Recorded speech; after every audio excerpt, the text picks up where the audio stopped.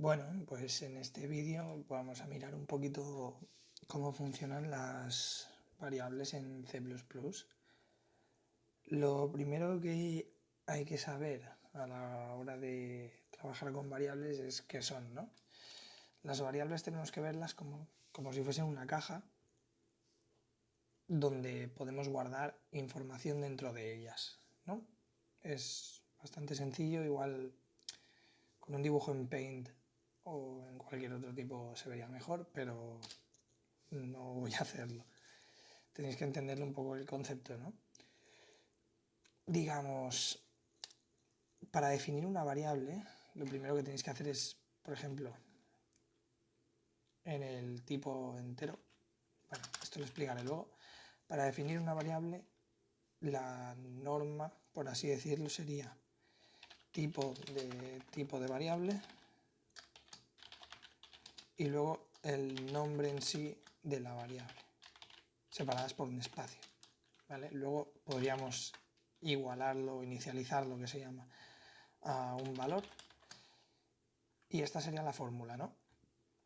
Entonces, sabiendo esto, podemos definir básicamente 4 tipos de variables. Hay más, hay un montón más, luego os pondré un enlace en la descripción donde están todos los tipos, pero en principio sería las variables de tipo entero, las variables de tipo decimal, las variables de tipo carácter o cadena de caracteres y las variables de tipo lógico. Sabiendo esto, voy a explicaros un poquito de qué trata cada una, ¿no? Digamos, la variable int, de tipo integer, entero, por así decirlo, abarca números negativos 0 y positivos en un determinado rango. Ahora mismo no me acuerdo cuál era, creo que eran 16 bits de información.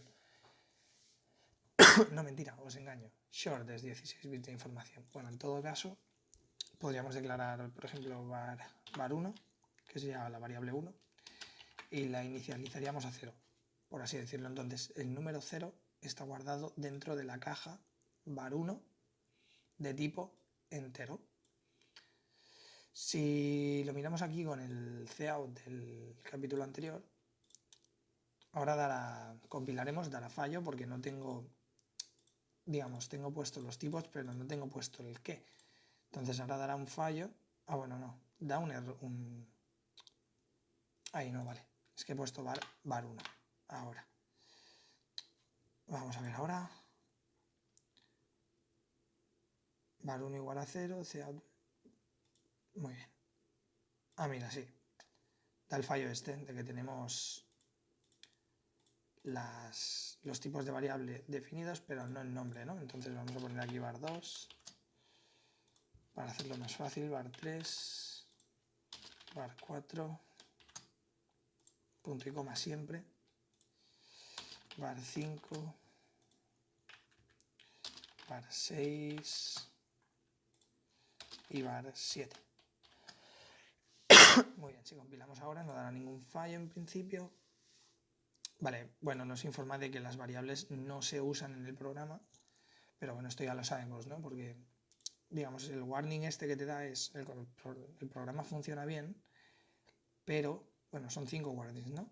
El programa funciona bien, lo que pasa es que has definido variables que no se están utilizando, por lo tanto te las podrías cargar. Pero bueno, eso ya será para otra situación.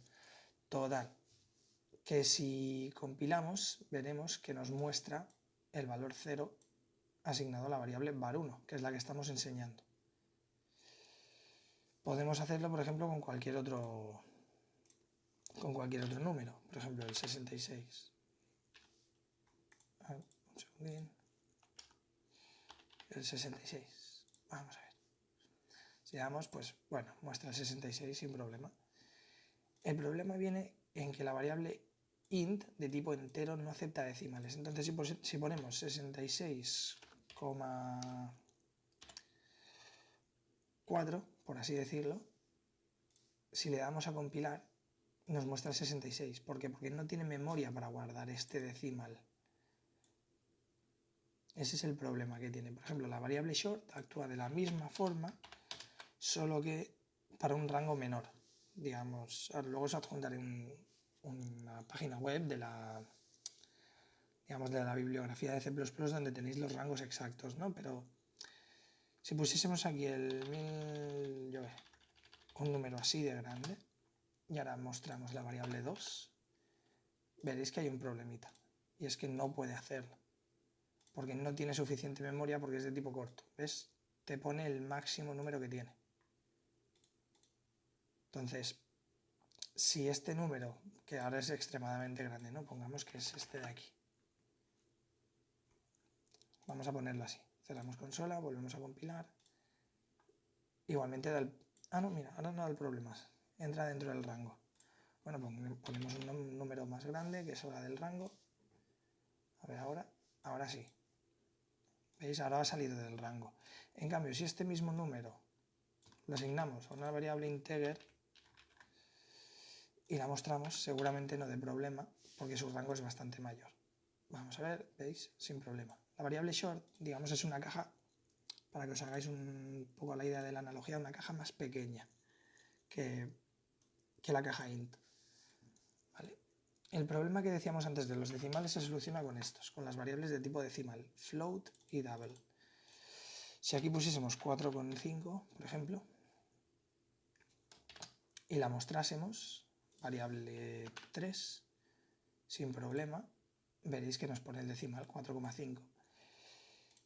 Y diréis, ¿qué diferencia hay entre float y double? Pues que el double es el caso contrario entre int y short, digamos, tiene más capacidad de guardar decimales que float. Si ponemos un decimal larguísimo, como 4, 5, 8, 9, vamos a hacer así todo el rato, ¿vale? Y vamos a asignarle el mismo valor a la variable var4. Veréis que si mostramos var3, llegará un momento que nos lo redondea el número. No es como en el caso de los integer que no redondea, simplemente se carga el decimal. Las variables float también te lo redondean cuando se sale del rango. En cambio, si mostramos la variable double, que tiene un rango bastante mayor, veréis que el número de decimales llega bastante más lejos. A ver... Bueno, igual vamos a cambiarlo por 7 para que no sea tan obvio. ¿Veis? Llega un poquito más. Bueno, son cosillas. Vale, seguimos con las variables carácter, de tipo carácter. Uy. Bueno, tenemos las variables char, se me ha caído un auricular, que se asignan con comillas simples a una letra, ¿no? Y las variables de tipo string, que son una cadena de caracteres que se asignan con doble comilla. Podemos poner hola, ¿qué tal? Por ejemplo. Entonces, si printamos la variable 5, veremos una C. ¿Qué pasa? Ah, punto y coma. Siempre punto y coma. Si printamos, pues nos saldrá una C. Y si printamos la variable 6, pues hará un hola, ¿qué tal? ¿Veis? Hola, ¿qué tal? Hay un truquito para estas cosas y es que, por ejemplo, en los char, las variables char también se pueden interpretar como integers. Es decir, si yo a la variable char le asigno un número, por ejemplo el 56, y la printo, veréis que pasa algo muy raro, porque en principio, no sé si os percatáis de esto, ¿no? Le he asignado un número a una variable de tipo carácter. Y no un número cualquiera, un número de 2 dígitos, porque yo perfectamente puedo hacer así, y esto es un 5, y aunque sea un número, es un carácter igualmente, ¿no? 5, ya está, sin problema. El problema es que si le quito las comillas y le pongo 5, sin comillas, veréis que actúa diferente. Me está mostrando un signo, ¿no? Este signo en concreto, perdón. Y si le pongo el número 56, como decía antes, pues lo que hará será lo siguiente. Nos pone el número 8. Y diréis, ¿y esto por qué? Pues muy sencillo. Esto es a causa de la tabla ASCII, que la tenemos aquí. Si nos vamos al número 56 decimal, veréis que está correspondido con el 8. Y si nos vamos al número 5 que habíamos puesto, es el enquiri este, que es el símbolo que había puesto. Entonces, es una especie de traducción del código ASCII al código carácter que está en rojo. Digamos, si le ponemos un decimal, que es este de aquí, de esta fila de aquí, ¿no? La fila de los decimales, en una variable carácter nos dará automáticamente el carácter correspondiente. Por ejemplo, vamos a probar. Pondremos en una variable carácter el número 35 y nos dará un hashtag. Pues vamos a probar. Ponemos número 35, vamos a printar la variable y nos dará el hashtag. ¿Veis? Esto es bastante útil en según qué programas. También podríamos hacerlo, entre comillas, así, ¿no? Si printamos esto, pues dará lo mismo. ¿Veis? Entonces es una especie de traducción, ¿no? Lo que ponemos de número se traducirá en tabla ASCII a lo que queremos.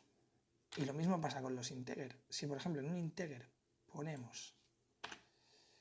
Bueno, esto no estoy seguro de si va a salir, pero bueno, vamos a comprobarlo. Ponemos C, vamos a printar el número integer, comprobamos...